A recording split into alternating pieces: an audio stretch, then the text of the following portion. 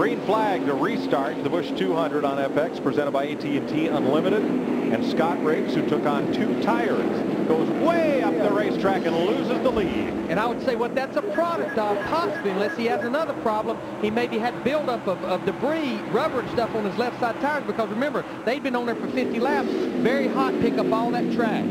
He's very lucky he didn't get in that outside wall that time, but that thing really took off and went up the racetrack. It'll make you think you've got a flat tire. Oh. Kenny Wallace gets a lap back, so does Tony Raines. And Shane Meal, the pole sitter, is once again the leader, with Todd Bodine in second. Now, Bobby Hamilton Jr. was right up there, but Dick Berger and Hamilton came back into the pits a second time during this caution. Another tire problem, Mike. This time it was the left rear that didn't get all the lugs tight. He had to come back in. He had been the leader before that round of pit stops. After having coming in to make the second pit stop, he came out the last car on the lead lap. We should also point out, car 47, Shane Meal, took just 2 tires on that pit stop. Just like the number 10 of Scott Riggs, Meal running up in the front of the pack right now, but with just 2 fresh tires. His dad is his spotter, that's Steve Meal, coaching him. Never all day has he told him go fast. He has just told him to take care of the equipment. Be careful, be calm, be smooth. Still a long way to go. 62 laps, 61 when they come back.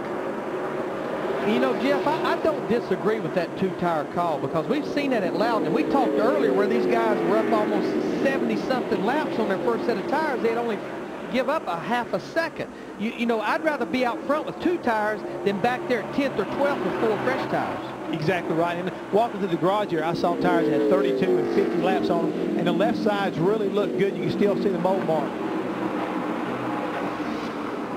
Let's check with Matt. Mike down here, Mike McLaughlin's pit is pretty Timmy Shutt. You took 4 tires. How is that 18 car? Today we've just been a little bit tight, late exit. We should be pretty good to go here. Put a little bit more stagger in that last set and made just a little bit of air pressure adjustment. They say this is the magic mile. We'll see what kind of magic they have here for us today. Mike's looking for his second Busch Series win here. He won here in '97. Timmy Shutt looking for his second career Busch Series victory this afternoon. Laughlin third. Jack Sprague is fourth. McMurray fifth. Riggs slid back to sixth after the restart, and Randy LaJoie seventh. Hamilton is back at 15th. He's passed a bunch of cars, and Larry, he's been taking no prisoners. Well, I the mean, front. the thing about it, we heard him talk. He was the last car on the lead lap at that restart. It was 17. With all the lap cars, that's like restarting 34th. That's 34 cars you have to pass. I'm just not sure if you can get there in the shorter distance we have to go. Well, look how he was trying to do it here in the back straightaway. Underneath Hornaday, who went underneath Purvis, who almost climbed over Tim Sauter. But Bobby Hamilton Jr., he saw that was not going to work right there. Right. 3 wide will not work on the entrance of turn 3. Not enough racetrack. Again, showing a lot of right there composure. Will know he's got probably one of the fastest cars on the racetrack. You've got to make sure you don't knock the fenders off of it. If he does his job, he's still got time to get back to the front. Hornaday just went up there and hip-checked Purvis for 14th place. He goes by Ricky Hendrick in the 5 car right there, Bobby Hamilton Jr. You know, he's having a good run here. He's sitting back in the 12th spot, started 25th. Remember, last week at Richmond was his first race back since the injuries at Las Vegas. We have the 48 car, Kenny Wallace, coming down pit road. Sure, that's an unexpected stop right there. Yeah, he'd gotten back to the lead lap. And Kerry Earnhardt, who had a strong run early in the going, now he's gone 2 laps down there at 19th on the inside. Meanwhile, Riggs and Randy LaJoie continue to battle it out for 6th place. Dick? LaJoie had a really tough pit stop, Mike. He came in third. He went out in the 7th spot. The problem was with the rear tire. One of the rear tires hung up. Meanwhile, one of his gas guys got fuel in his eyes. So a tough pit stop for LaJoie. The good part of it is... Oh, we got trouble in turn 2. Trouble in turn 2. Ricky Hendrick going into turn 1 on the outside of other cars. Got up in the marbles and into the fence. Caution is out at lap 145. 4th caution of the day. Pretty much it's safe to say none of the leaders will be on pit road. Not only have we only ran about 9 laps, but remember, 2 sets of tires under caution. All the leaders that changed 4 tires, which is most everybody that's out there, they've already used those 2 sets of tires. The 5 of Hendrick. Just entered that corner a little bit too high, I believe, Jeff, up there where there's no grip. No grip right at that part right there. Not a lot of damage. Ricky was able to drive it away and bring it around to pit road. So we're under the 4th caution at New Hampshire with 55 laps to go.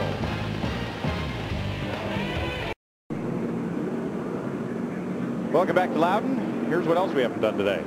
Pep Boys Trivia. Which active Busch Series track has hosted the most races without a repeat winner? Uh-oh. If you were with us at the top of the show, you know. Loudon, New Hampshire. Now, there are 15 different winners in 15 races.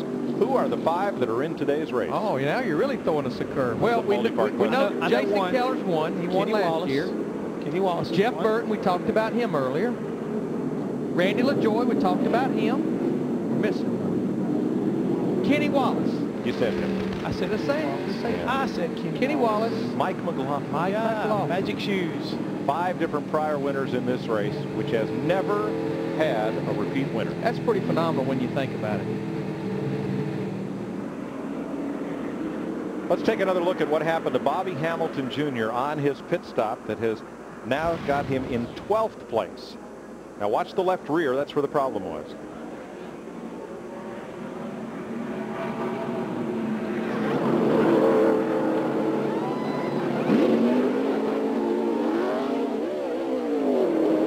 Looked like the jack was dropped before the left rear man was completed.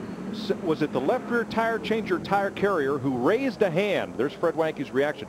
Raised a hand, went back to it, and the jackman may have seen that hand raised as a signal to drop it. He might have been, but I've always told anybody that's ever jacked a race car, always see what you're supposed to see. You got to make sure you see it, Mike, because it's that important. The jackman starts to stop, he ends the stop as we get ready to come back to green. Good point from a former champion jackman as well as crew chief.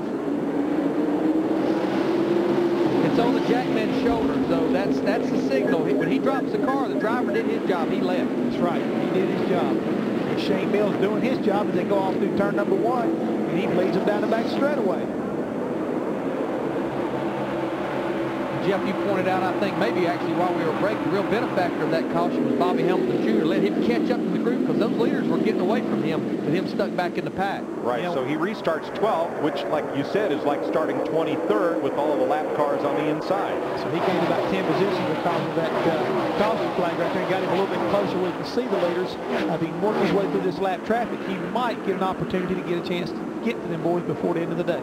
Right now, Hamilton is 15th in line, which includes 3 lap cars, so he's 12th in the race, 15th in line. Once he clears Kerry Earnhardt, he should have a chance to make some moves if the car is still capable. Meanwhile, out front, Shane Meal trying to distance himself from Todd Bodine, Mike McLaughlin, Jack Sprague, Jamie McMurray, Scott Riggs, and Randy LaJoy. Hamilton up against the back bumper of Wimmer. Going to duck inside. Let's check with Dick Berggren. Well, Shane Meal came on the radio just a few moments ago, Mike, and what he wanted to know was what Todd Bodine had done to his race car during the last pit stop. Did he take 2 or 4? They didn't know. They guessed, however, Bodine had taken 4. Remember, Meal had taken just 2. His tires are not nearly as good. He's being told, drive the car straight, just use your head. So far, this 21-year-old kid has had an astonishing weekend, winning the pole and now leading this race. He could win a Busch Series event in just his 11th start. To Matt. Dick, when Mother's Day weekend rolls around, we all think back of how our mothers have sacrificed throughout our years. I know mine has, and Mike McLaughlin told me his has. Back in the mid-70s, he had just started racing a dirt modified. At Rolling Wheels, he nearly destroyed the race car. Friends and family pooled their money to buy the parts and pieces to put the car back on the track, except he didn't have enough money to buy a new radiator. His mom, Katie, had been saving money in a cookie jar on top of her old refrigerator for wallpaper and a new refrigerator. She gave Mike the money. He bought the radiator to keep on racing, to chase that dream. What did Mike do? He paid her back by remodeling her house and getting her diamond earrings. But the biggest gift of all, at age 72, he gave her her first and only grandchild. Neat story. 46 laps to go. There's McLaughlin in 3rd, behind Meal and Bodine. Just to set up the tire situation, Shane Mill is leading this race, changing 2 tires on the last stop. But the 4 cars behind him, Todd Bodine, Mike McLaughlin, Jack Sprague, Jamie McMurray, they all changed 4, and then Scott Riggs in 6th and 10 car changed 2. Meanwhile, Scott Riggs and Randy LaJoie continue to run nose to tail for 6th, and the fastest car on the racetrack remains Hamilton, who has climbed to 10th. He's a little over 4 seconds behind leader Shane Meal. Climbed to, let's see, 9th. As he passes Kevin Grout. Biggest thing that Bobby Hamilton Jr. can hope for is that Shane Mill and Todd Bodine get up there and get to racing one another to allow him to get by some of these other cars to get to them. Otherwise, it may be his day may be already over. Well, I believe that's fixing to happen, Jeff, because Todd Bodine in the 92, he's right on the rear bumper. That leader, Shane Mill, and Mike McLaughlin in the 18 car, he's watching what's going on with these 2 up there in 1st and 2nd. All 3 of these leaders have ties to the Northeast. Shane Meal's dad, Steve, a native of the area of Albany, New York. Todd Bodine from Chemung, New York. Mike McLaughlin is from Waterloo, New York. It looks like right now Todd Bodine in the 92, he's beating Shane Mill into the corner. Right here, watch him pull up on him. It was more like in turn 3 than turn 1, but Shane seems to be getting off the corner, especially off turn 4, a little better than Todd. I believe he's listening to his dad as he says, drive it all straight, and that's exactly what Shane's doing right now, getting the car rotated and aiming it down that back straightaway before he gets wide open. Right here's where Todd was so strong earlier, but he pays the price just a little bit on the exit right there. Just drive it in so deep the car just won't rotate, and he can't pick that throttle up. And no matter how much you beat him into the corner, even if you beat him alongside him in the corner, the straightaway is located off the corner. That's where you've got to be good to win. The further back in that corner you put that throttle down, the faster it's going to run down that straightaway. I've always tried to preach to any guy I've worked with, make the straightaway longer from the center out, not getting in.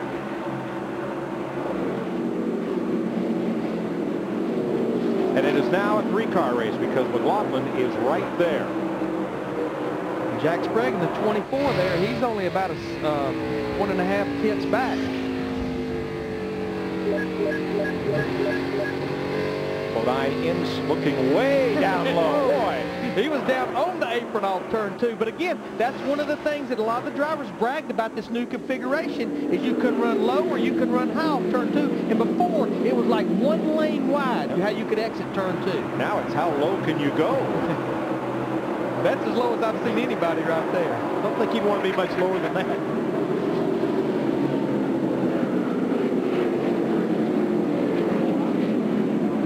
Behind them, Sprague in 4th, and then McMurray has been caught by Riggs and LaJoie for 5th. McMurray outside of Riggs, LaJoie right there, LaJoie outside of Riggs, and here comes Hamilton right with him.